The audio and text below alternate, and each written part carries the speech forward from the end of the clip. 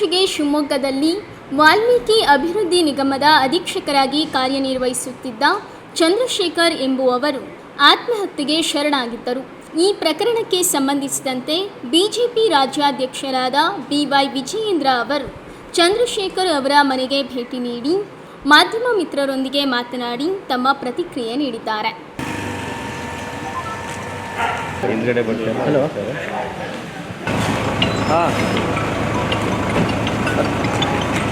Okay okay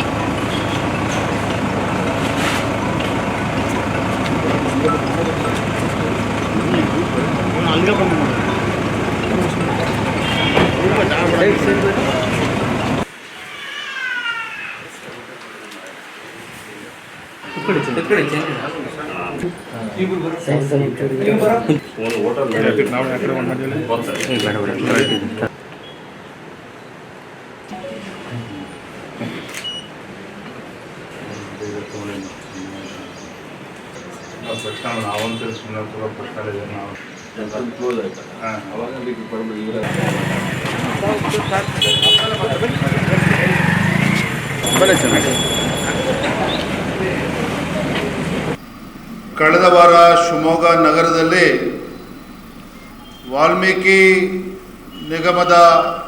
ನಿಗಮದಲ್ಲಿ ಸೇವೆಯನ್ನು ಸಲ್ಲಿಸ್ತಾ ಇದ್ದಂಥ ಲೆಕ್ಕ ವಿಭಾಗದ ಅಧೀಕ್ಷಕರು P. ಚಂದ್ರಶೇಖರ್ ಅವರ ಆತ್ಮಹತ್ಯೆ ರಾಜ್ಯಾದ್ಯಂತ ಇದು ಸುದ್ದಿ ಆಗಿತ್ತು.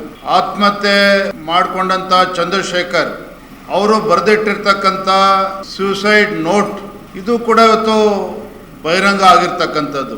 ಮೇಲ್ನೋಟಕ್ಕೆ ಹೇಳೋದಾದ್ರೆ ಮಹರ್ಷಿ ವಾಲ್ಮೀಕಿ ಪರಿಶಿಷ್ಟ ಪಂಗಡಗಳ ಅಭಿವೃದ್ಧಿಯ ನಿಗಮದಲ್ಲಿ ದೊಡ್ಡ ಮಟ್ಟದ ಒಂದು ಹಣಕಾಸಿನ ಅವ್ಯವಹಾರ ನಡೆದಿರ್ತಕ್ಕಂಥದ್ದು ಸ್ಪಷ್ಟವಾಗಿದೆ. ಒಂದು ಕಡೆ ಅವ್ಯವಹಾರ ನಡೆದಿದೆ, ಮತ್ತೊಂದು ಕಡೆ ದಿನದಿನಕ್ಕೆ ಒಂದು ಹೊಸ ತಿರುವು ಪಡೆದುಕೊಳ್ತಾ ಇರ್ತಕ್ಕಂಥದ್ದು ಕೂಡ ತಾವೆಲ್ಲರೂ ಕೂಡ ಗಮನಿಸ್ತಾ ಇದ್ದೀರಿ. ನೂರಾರು ಕೋಟಿಯ ಹಗರಣ ಅವ್ಯವಹಾರ, ಮತ್ತೊಂದು ಕಡೆ ಪರಿಶಿಷ್ಟ ಪಂಗಡಗಳಿಗೆ ಮೀಸಲಿಟ್ಟಿರ್ತಕ್ಕಂಥ ಹಣ ಪೋಲಾಗಿರ್ತಕ್ಕಂಥದ್ದು ಸ್ಪಷ್ಟವಾಗಿ ಕಾಣ್ತಾ ಇದೆ. ಈ ಒಂದು ಅವ್ಯವಹಾರದ ಈ ಪ್ರಕರಣದ ಆಳ ಮತ್ತೆ ಅಗಲ ಕೇವಲ ಇದೇನೋ 3-4 ಅಧಿಕಾರಿಗಳು ಇನ್ವಾಲ್ವ್ ಆಗಿ ಈ 3-4 ಅಧಿಕಾರಿಗಳ ಪಾತ್ರ ಅಷ್ಟೇ ಇರ್ತಕ್ಕಂಥದ್ದಲ್ಲ. ಕೇವಲ 3-4 ಜನ ಅಧಿಕಾರಿಗಳು ಸೇರಿಕೊಂಡು ಈ ರೀತಿ ನೂರಾರು ಕೋಟಿ ಅವ್ಯವಹಾರ ಮಾಡೋದಕ್ಕೆ ಸಾಧ್ಯ ಇಲ್ಲ. ಚಂದ್ರಶೇಖರ್ ಅವರ ಸೂಸೈಡ್ ನೋಟ್ನಲ್ಲಿ ಸ್ಪಷ್ಟವಾಗಿದೆ. ಇಲಾಖೆಯ ಸಂಬಂಧಪಟ್ಟಂತ ಸಚಿವರ ಕಚೇರಿಯಿಂದ ದೂರವಾಣಿ ಕರೆ ಬಂದಿರತಕ್ಕಂಥದ್ದು, ಒತ್ತಡ ಹಾಕಿರ್ತಕ್ಕಂಥದ್ದು ಕೂಡ ಸ್ಪಷ್ಟವಾಗಿ ಇಲ್ಲಿ ಉಲ್ಲೇಖ ಆಗಿದೆ. ನಮ್ಮೆಲ್ಲರ ಮುಂದೆ ಇವತ್ತು ದೊಡ್ಡ ಪ್ರಶ್ನೆ ಇವತ್ತು ಎದ್ದಿರ್ತಕ್ಕಂಥದ್ದು, 190 ಕೋಟಿಗೂ ಹೆಚ್ಚು ದೊಡ್ಡ ಮೊತ್ತದ ಹಗರಣ ಇವತ್ತೇನಾಗಿದೆ.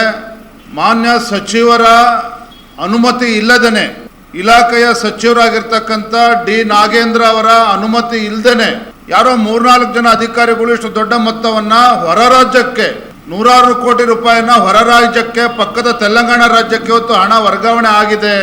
ಮಂತ್ರಿಗಳ ಅನುಮತಿ ಇಲ್ಲದೆ ನಡೆಯೋದಕ್ಕೆ ಸಾಧ್ಯನೇ ಇಲ್ಲ. ಯಾರೋ 2-3 ಜನ ಅಧಿಕಾರಿಗಳು ಅಮಾನತ್ ಮಾಡಿದ್ದಾರೆ. ನಿನ್ನೆ ದಿನ ಮತ್ತೊಂದು FIR ರಿಜಿಸ್ಟರ್ ಮಾಡಿ ಬ್ಯಾಂಕ್ ಅಧಿಕಾರಿಗಳನ್ನು ಕೂಡ ಆ FIR ಅಲ್ಲಿ ಅವರ ಹೆಸರುಗಳನ್ನು ಕೂಡ ಉಲ್ಲೇಖ ಆಗಿದೆ. ಇವತ್ತು ದೊಡ್ಡ ಪ್ರಶ್ನೆ ಇವತ್ತು ಕಾಡ್ತಾ ಇರ್ತಕ್ಕಂಥದ್ದು, ಲೋಕಸಭಾ ಚುನಾವಣೆ ನಡೀತಾ ಇದೆ.